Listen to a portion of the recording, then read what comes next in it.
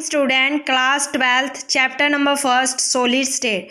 Today we will discuss about the topic of classification of solid state. तो आज हम पढ़ेंगे क्लासिफिकेशन ऑफ सॉलिड स्टेट किसके base पे, nature of arrangement of particle. तो क्या करेंगे हम आज, क्या पढ़ेंगे, क्लासिफिकेशन पढ़ेंगे सॉलिड स्टेट की, किसके बेस पे, nature of the arrangement of particle के हिसाब से। ठीक है, तो फर्स्ट क्या है हमारे पास, क्रिस्टलाइन सॉलिड, और सेकंड क्या है, मोरफस सॉलिड। तो फर्स्ट ही हम क्या डिस्कस करेंगे, क्रिस्टलाइन सॉलिड। तो पूरा जो चैप्टर है वो क्रिस्टलाइन पे बेस है। ठीक है, तो व्हाट इज क्रिस्टलाइन सॉलिड, क्या होता है, solid that have regular 3D arrangement of particles is called crystalline solid. तो क्रिस्टलाइन सॉलिड क्या है, जिसमें क्या है, regular 3D arrangement of particles की। जैसे मान लो क्या है, घर में हमें फ्लोरिंग करनी है। ठीक है, घर में हमें फ्लोरिंग करनी है तो उसके लिए हम टाइल लाते हैं। टाइल लाते हैं, एक तो हमने ब्लैक कलर की लिया है और एक वाइट। तो हम क्या करेंगे, ठीक है, तो हम क्या करेंगे, उसको इस तरह से अरेंज करेंगे ताकि फ्लोरिंग हो जाए। तो हम पहले क्या है, ब्लैक वाली यूज़ करेंगे, फिर देन क्या है, white, black white, black white, इस तरह से हम क्या है पूरे घर में फ्लोरिंग कर देंगे। ठीक है, तो वो क्या हो गया, एक प्रकार से रेगुलर अरेंजमेंट हो गया।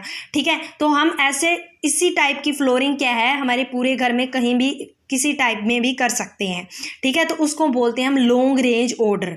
ठीक है, अगर रेगुलर अरेंजमेंट, रेगुलर से कोई काम किया जाए, ठीक है, तो वो क्या हो जाएगा, लॉन्ग रेंज ऑर्डर। जैसे मान लो कि क्या एक स्टूडेंट ऐसा है, ठीक है, जो क्या है 2 साल के लिए लगातार पढ़ रहा है और वो टाइम टेबल के अकॉर्डिंग शेड्यूल से अच्छी तरह से प्रॉपर वे में पढ़ रहा है। ठीक है, एक ऐसा भी स्टूडेंट है जो क्या है, टाइम टेबल तो बनाया उसने, पर उस टाइम टेबल को उसने 2 या 3 दिन फॉलो किया। ठीक है, 2 या 3 दिन फॉलो किया, अगले चौथे दिन उसने फॉलो नहीं किया, तो वो क्या है, लॉन्ग रेंज में नहीं माना जाएगा। लॉन्ग रेंज वाला कौन सा माना जाएगा, जो बच्चा 2 साल से लगातार टाइम टेबल के शेड्यूल के हिसाब से पढ़ रहा है, तो वो बोला जाएगा लॉन्ग रेंज ऑर्डर में। तो जिस तरह से घर में भी हम फ्लोरिंग करते हैं, टाइल लगाते हैं, ब्लैक वाइट इस तरह से रेगुलर अरेंजमेंट शो करते हैं, तो वो क्या होता है, एक लॉन्ग रेंज ऑर्डर होता है। ठीक है, देन नेक्स्ट क्या है इसकी प्रॉपर्टी, हमारे पास नेक्स्ट प्रॉपर्टी होती है इसकी मेल्टिंग पॉइंट। इसका मेल्टिंग पॉइंट क्या होता है, बिल्कुल शार्प होता है। जैसे हम क्या है, एक एग्जांपल लेते हैं क्रिस्टलाइन NaCl का। कौन सा एग्जांपल लेते हैं, क्रिस्टलाइन NaCl साल्ट। वो NaCl साल्ट क्या है, एक 150 डिग्री सेल्सियस पे ही मेल्ट होता है। एक स्पेसिफिक पॉइंट है उसका कि 150 डिग्री सेल्सियस पे मेल्ट करेगा। मान लो उसको सबसे पहले हमने टेम्परेचर दिया 50, फिर 70, फिर 100 डिग्री सेल्सियस, फिर 125, 150 डिग्री सेल्सियस। ठीक है, 125 दिया, 175 दिया, कितना भी उसको क्या है टेम्परेचर दे दिया हमने, पर वो मेल्ट कौन से पॉइंट पे होगा, 150 डिग्री सेल्सियस पे ही मेल्ट होगा। ठीक है, तो क्रिस्टलाइन NaCl साल्ट क्या है, जो क्या है 150 डिग्री सेल्सियस पे क्या होता है, मेल्ट हो, मतलब वो उसका स्पेसिफिक पॉइंट है कि वो 150 डिग्री सेल्सियस पे मेल्ट होगा। अगर टेम्परेचर हम 50 कर दें, 70 कर दें, 100, 125 कर दें, तो वो क्या होगा कि उस पे मेल्ट नहीं होगा। वो कब मेल्ट होगा, 150 डिग्री सेल्सियस टेम्परेचर होते ही वो मेल्ट हो जाएगा। तो उसका स्पेसिफिक पॉइंट है कि वो 150 डिग्री सेल्सियस पे मेल्ट होगा। अगर उसके कम टेम्परेचर होगा तो वो मेल्ट नहीं होगा, वो 150 डिग्री सेल्सियस पे मेल्ट होगा। नेक्स्ट क्या है प्रॉपर्टी उसकी, एक है इसकी प्रॉपर्टी है शार्प नाइफ। मतलब क्या है शार्प नाइफ, मतलब क्या है, क्रिस्टलाइन सॉलिड को हम शार्प नाइफ से काटेंगे, तो जब उसकी एजिस को हम बीच में से काटेंगे तो आप देखोगे कि उसको एजिस बीच में से काटते हैं तो आपको कैसी नेचर शो होगी, स्मूथ और शार्प। ठीक है, जब भी उसकी एजिस को बीच में से काटेंगे तो आपको बिल्कुल क्या है, स्मूथ और शार्प क्या है दिखाई देगी। ठीक है, एक स्मूथ और शार्प क्या है क्लीवेज शो आपको होगी। ठीक है, और अगला जो नेक्स्ट प्रॉपर्टी है इसकी क्रिस्टलाइन सॉलिड की, वो है इसकी अनाइसोट्रोफिक नेचर। अनाइसोट्रोफिक नेचर का मतलब क्या है, जैसे सॉलिड में बहुत सारी प्रॉपर्टी होती है, refractive index, melting pointing, shining nature, electrically conductivity. ठीक है, तो अगर उसमें क्या है, जैसे मान लो एक प्रिज्म है, ठीक है, इस प्रिज्म को क्या है कि अगर उसमें टॉप में अगर हम लाइट रिफ्लेक्ट करें तो उसकी अलग प्रॉपर्टी शो होगी। अगर उसके क्या है बॉटम, अगर क्या है उसके बॉटम में अगर लाइट रिफ्लेक्ट कर रही है तो उसकी अलग प्रॉपर्टी शो होगी। तो ये अनाइसोट्रॉपिक का मतलब क्या है कि डिफरेंट प्रॉपर्टी शो करेगा वो डिफरेंट डायरेक्शन में, मतलब टॉप में अलग होगी उसकी प्रॉपर्टी और बॉटम में अलग प्रॉपर्टी। तो क्रिस्टलाइन सॉलिड में क्या है, जैसे इसमें रिफ्रैक्टिव इंडेक्स होता है प्रिज्म का, वो क्या है टॉप में कुछ अलग होगा और क्या होगा बॉटम में अलग होगा। तो क्रिस्टलाइन सॉलिड में क्या पढ़ा हमने, तो फर्स्टली क्या पढ़ा था कि रेगुलर अरेंजमेंट होता है और रेगुलर अरेंजमेंट हम कितना ही लॉन्ग रेंज ऑर्डर में ही होगा, ठीक है। शार्प मेल्टिंग पॉइंट मतलब NaCl वो 150 डिग्री सेल्सियस पे ही मेल्ट होगा। अगर 50, 75, 100 देंगे तो वो मेल्ट नहीं होगा, एक स्पेसिफिक पॉइंट पे मेल्ट करेगा। अगर उसको शार्प नाइफ से काटते हैं तो एजिस को बीच में से काटेंगे तो उसकी आपको कैसी सरफेस मिलेगी, बिल्कुल स्मूथ और शार्प क्या मिलेगी, सरफेस मिलेगी, ठीक है। अनाइसोट्रॉपिक नेचर का मतलब क्या है कि अगर प्रिज्म को क्या अगर ऊपर से टॉप में अलग लाइट रिफ्लेक्ट कर रही है तो उसकी प्रॉपर्टी अलग दिखाई देगी, ठीक है। और अगर आप बॉटम से देख रहे हो तो उसकी लाइट रिफ्लेक्टिव इंडेक्स अलग मिलेगा। तो मतलब डिफरेंट प्रॉपर्टी वो डिफरेंट डायरेक्शन में शो करेगा। अगर एग्जाम्पल देखे जाएँ क्रिस्टलाइन सॉलिड के, क्या क्या एग्जाम्पल है इसके, डायमंड, आयनिक साल्ट होते हैं जैसे KCl, NaCl, KMnO4, ये सारे क्या होते हैं इसके एग्जाम्पल है। नेक्स्ट हम इसी में स्टडी कर लेते हैं क्या होता है मोर्फस सॉलिड। मोर्फस सॉलिड का मीन क्या होता है, मोर्फस सॉलिड आर दो solid do not have regular arrangement 3D of particles, मतलब एक ऐसे सॉलिड होते हैं मोर्फस जो रेगुलर अरेंजमेंट शो नहीं करेंगे। अगर आपको पता है कि रेगुलर अरेंजमेंट शो नहीं करेंगे तो लॉन्ग रेंज ऑर्डर में नहीं होंगे, तो वो क्या है, ये क्या है मोर्फस सॉलिड इरेगुलर अरेंजमेंट शो करेंगे, ठीक है। तो वो कौन सी रेंज में आएंगे, शॉर्ट रेंज ऑर्डर में, ठीक है। सेकेंडली अगर इसको क्या है हम नाइफ से काटेंगे जैसे डस्टर को या चौक को हम बीच में से क्या काटेंगे तो उसको जो सरफेस हमें मिलेगी वो बिल्कुल रफ सरफेस मिलेगी और उसकी सरफेस कैसी मिल रही थी आपको, बिल्कुल स्मूथ और शार्प सरफेस है। पर मोर्फस की क्या मिल रही है आपको, सरफेस है वो बिल्कुल आपको शार्प दिखाई देगी।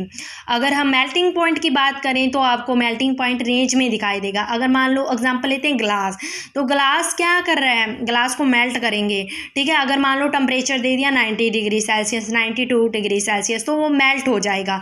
कोई फिक्स टेम्परेचर नहीं है उसके मेल्ट होने पर, बस एक ऐसा पॉइंट भी आएगा जिस पे क्या होगा कि वो पूरी तरह से मेल्ट हो जाएगा। जैसे NaCl तो 150 डिग्री सेल्सियस पे मेल्ट हो रहा था, उससे कम टेम्परेचर दिया वो मेल्ट नहीं हो रहा। मतलब ग्लास को क्या टेम्परेचर 90 डिग्री 92 पे मेल्ट होना स्टार्ट हो जाएगा, जितना ज़्यादा टेम्परेचर दोगे उतना ही जल्दी मेल्ट हो जाएगा। नेक्स्ट इसकी प्रॉपर्टी आती है आइसोट्रॉपिक नेचर। उसमें तो हमने बोला था कि डिफरेंट टॉप में देखोगे बॉटम में देखो तो अलग अलग प्रॉपर्टी शो करेगा अलग अलग डायरेक्शन में। आइसोट्रॉपिक नेचर में क्या है, सेम प्रॉपर्टी शो करेगी, ऑल डायरेक्शन में वो क्या है सेम प्रॉपर्टी शो करेगा। एक इसमें आती है heat of fusion. Heat of fusion का मतलब क्या है, कितनी एनर्जी की जरूरत होगी 1 ग्राम सॉलिड को मेल्ट करने के लिए, कितनी एनर्जी रिक्वायर्ड होगी, ठीक है, बिना without any change of temperature, उसको कहते हैं हीट ऑफ फ्यूजन। तो क्रिस्टलाइन सॉलिड में तो डेफिनेटली होगी और मोर्फस में क्या होगी, डेफिनेट नहीं होगी। तो क्या होता है हीट ऑफ फ्यूजन में, मतलब कितनी एनर्जी रिक्वायर्ड होगी 1 ग्राम सॉलिड को मेल्ट होने में without any change of temperature, ठीक है। तो एक इसमें आता है एक सूडो सॉलिड, ठीक है। ये इसका मतलब क्या होता है, या सुपर कोल्ड लिक्विड, इसका मतलब क्या होता है कि ये जो पीछे क्या होते हैं, तो आप देखना पुराने किले वगैरह में जाना तो वहाँ पे आप देखोगे ग्लास को ऑब्जर्व करना, वहाँ की ग्लास में क्या होता है कि टॉप एजिज आपको थिन देखने को मिलेगा और बॉटम वाला एजिज आपको थिक देखने को मिलता है। क्यों, ऐसा क्यों होता है, क्योंकि ग्लास क्या है मोर्फस सॉलिड होता है। क्योंकि मोर्फस सॉलिड क्यों होता है, क्योंकि इसकी टेंडेंसी होती है फ्लो करनी। हमने क्या बोला, सॉलिड के अंदर क्या होता है, फ्लूइडिटी क्या होता है, फ्लूइडिटी वाली कैरेक्टरिस्टिक्स शो नहीं करता, ठीक है। बट ये ग्लास एक मोर्फस सॉलिड है और ग्लास को हम सूडो सॉलिड क्यों बोलते हैं, क्योंकि इसकी क्या होती है, टेंडेंसी होती है फ्लो करने की, तो इसलिए वो उसकी तो थिन एज होती है, वो क्या टॉप एजिज होती है वो थिन होती है और बॉटम की एजिज होती है वो थिक होती है। एक ये पीछे एक 2 डेफिनेशन थी, एक इंट्रामोलिकुलर फोर्स और एक होती है थर्मल एनर्जी। तो इंट्रामोलिकुलर फोर्स क्या होती है, जो मॉलिक्यूल्स के बीच में लगती है, जो मॉलिक्यूल्स के बीच में जो फोर्स ऑफ अट्रैक्शन लगती है, जो पार्टिकल को बिल्कुल पास लेके आती है, उसको हम क्या कहते हैं, इंट्रामोलिकुलर फोर्स।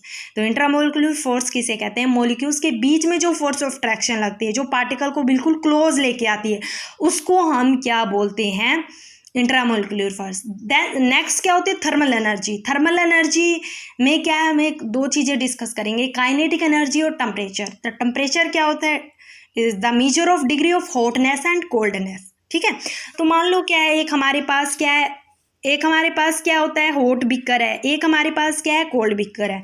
अब आपको पता है कि काइनेटिक एनर्जी क्या होती है, particle are in the motion, particle are in the motion is kinetic energy.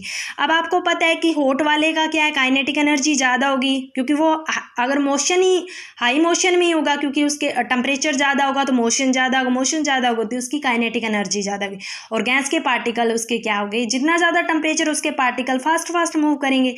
और कोल्ड टेम्परेचर क्या होगा, उसका टेम्परेचर कम होगा, टेम्परेचर कम होगा तो उसका मोशन भी स्लो करेगा, स्लो मोशन के कारण क्या हो जाएगा कि उसकी मूवमेंट भी क्या है, हॉट के कंपैरिजन में कम होगी। तो कहने का मतलब क्या है कि कम टेम्परेचर होगा तो थर्मल एनर्जी कम होगी, ज़्यादा टेम्परेचर होगा तो थर्मल एनर्जी ज़्यादा होगी। ठीक है, तो उसके पार्टिकल क्या करेंगे, फास्ट मूव करेंगे। थर्मल एनर्जी क्या होती है, एक ऐसी एनर्जी है जो पार्टिकल्स को क्या है, दूर करती है। ठीक है, मतलब कंस्टिट्यूएंट पार्टिकल अपार्टेड, मतलब फास्टली मूव भी करवाती है और पार्टिकल्स को दूर भी रिपेल करती है। ठीक है, तो इंट्रामोलिकुलर फोर्स का काम पार्टिकल को बिल्कुल पास में लाना होता है, और इसका काम क्या होता है, थर्मल एनर्जी पार्टिकल्स को क्या है, अवे, दूर करना। ठीक है, और जितनी ज़्यादा काइनेटिक एनर्जी, जितना ज़्यादा टेम्परेचर होगा उतना ही ज़्यादा पार्टिकल फास्ट मूव करेंगे, उतनी ही ज़्यादा थर्मल एनर्जी ज़्यादा होगी। ठीक है, थैंक्स।